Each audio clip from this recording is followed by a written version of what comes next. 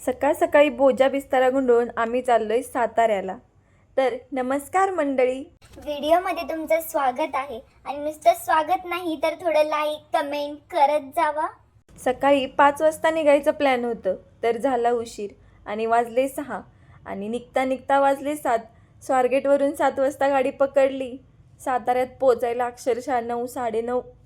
साताऱ्यात पोचलो, कॅफे 11चं काम बघितलं आणि तिथून थेट सौरभची गाडी घेऊन डायरेक्ट घराकडं. पण कुठलं आपलं नशीब एवढं, थोडं काम होतं ते थांबून केलं आणि नंतर घरी जाऊन मस्त मम्मीने डोसा केलेला तो खाल्ला.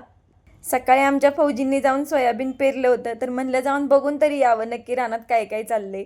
सोयाबीन तर चांगलं पेरलं होतं, पाऊस पण पडायला लागला मधूनच. म्हणलं अविनाशला चला आता घराकडे चला. तर जाता जाता एक व्हिडिओ घेतला आमचा. अशा मस्त वातावरणात थांबायची तर लई इच्छा होती, पण काय करायचं, घरी जाऊन ऑफिसचं काम होतं. मग काय काढली गाडी, चला म्हणलं घराकडं. पण गाडी मला चालवता येते, पण थोडं घेरचा प्रॉब्लेम आहे, म्हणून थोडं घेर शिकून घेतला.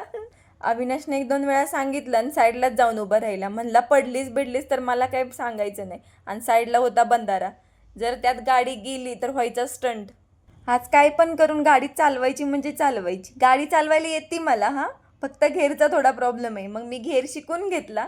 इकडं माझ्या भावाचा जीव वर खाली झाला होता. गाडी त्याची होती पण तो सोबत नव्हता, पण तो व्हिडिओवरती बघत होता.